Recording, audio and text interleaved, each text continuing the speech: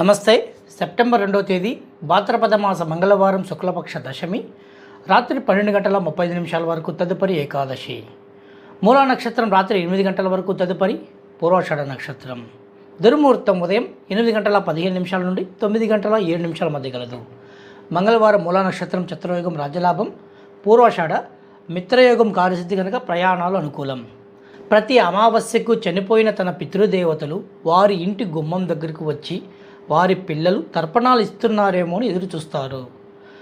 ఎంతో ఆకలితో ఎదురు చూస్తున్న వారికి మనం తర్పణాలు, పిండములు లేదా స్వయంపాకం దానం మొదలగునవి చేయకపోతే ఇలాంటి వారిని కన్నందుకు బాధపడి ఆ వంశాన్ని వారి పిల్లలను కూడా శమించిపోతారని శాస్త్రం. పితృదేవతల ఆశీర్వాదం ఉంటే ఇంటిల్లిపాదికి ఆయురారోగ్యాలు, పుత్ర పౌత్రాభివృద్ధి కలుగుతుంది. పితృదేవతల ఆరాధన చేయకుండా ఎన్ని జపాలు, తీర్థయాత్రలు చేసినా ఫలితం ఉండదని గురువచనము. మిథున రాశిలో గురుడు, సప్తమ చంద్రుడు వీరిరువురు సమసప్తక చూపు వలన మిథున, ధనుర్రాశి వారికి శుభకాలము. వీరు వివాహ ప్రయత్నాలు, వ్యాపార విస్తరణలు, ఉద్యోగ ప్రయత్నాలు అనుకూల ఫలితాలు కలుగజేస్తుంది.